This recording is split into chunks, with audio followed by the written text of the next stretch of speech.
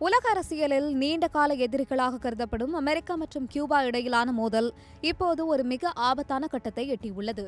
America தங்களை தாக்க முற்பட்டால் அது ஒரு மிகப்பெரிய இரத்த ஆறாக மாறும் என்றும், அதன் விளைவுகள் கணிக்க முடியாத அளவிற்கு பேரழிவை தரும் என்றும் கியூபா அதிபர் மிகுவல் டயஸ்-கேனல் மிக கடுமையான எச்சரிக்கை விடுத்துள்ளார். கியூபாவின் முக்கிய உளவு அமைப்பு மற்றும் அந்நாட்டின் உயர்மட்ட தலைவர்கள் மீது அமெரிக்க நிதித்துறை புதிய பொருளாதார தடைகளை விதித்துள்ள நிலையில், இரு நாடுகளுக்கும் இடையிலான போர் பதற்றம் இப்போது சர்வதேச அளவில் பேசுபொருளாகியுள்ளது.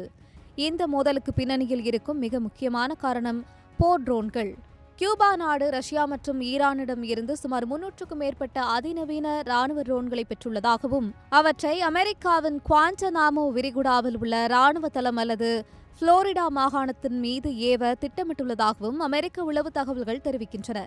இந்த தகவலை தொடர்ந்து கியூபாவின் கம்யூனிஸ்ட் அரசாங்கத்தை கவிழ்க்க அமெரிக்க அதிபர் டொனால்ட் ட்ரம்ப் ராணுவ நடவடிக்கைகளை மேற்கொள்ள திட்டமிட்டு வருவதாக கூறப்படுகிறது. இருப்பினும் கியூபா அதிபர் இதனை மறுத்ததோடு, தங்கள் நாட்டை பாதுகாத்துக் கொள்ள தங்களுக்கு முழு உரிமை உண்டு என்று தனது எக்ஸ் தளத்தில் பதிவிட்டுள்ளார்.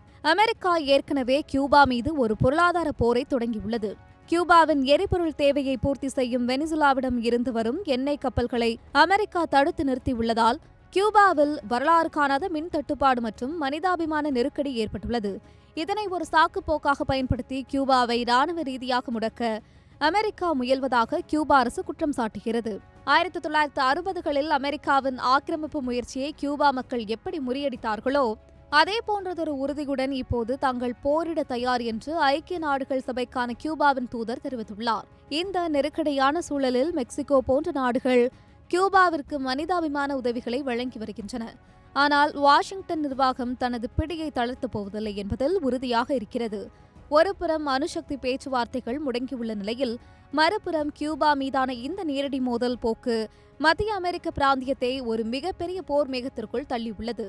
ட்ரம்பின் இந்த அதிரடி நடவடிக்கைகள் கியூபாவில் ஆட்சி மாற்றத்தை ஏற்படுத்துமா அல்லது ஒரு மிகப்பெரிய சர்வதேச மோதலுக்கு வழிவகுக்குமா என்பதை நாம் பொறுத்திருந்துதான் பார்க்க வேண்டும்.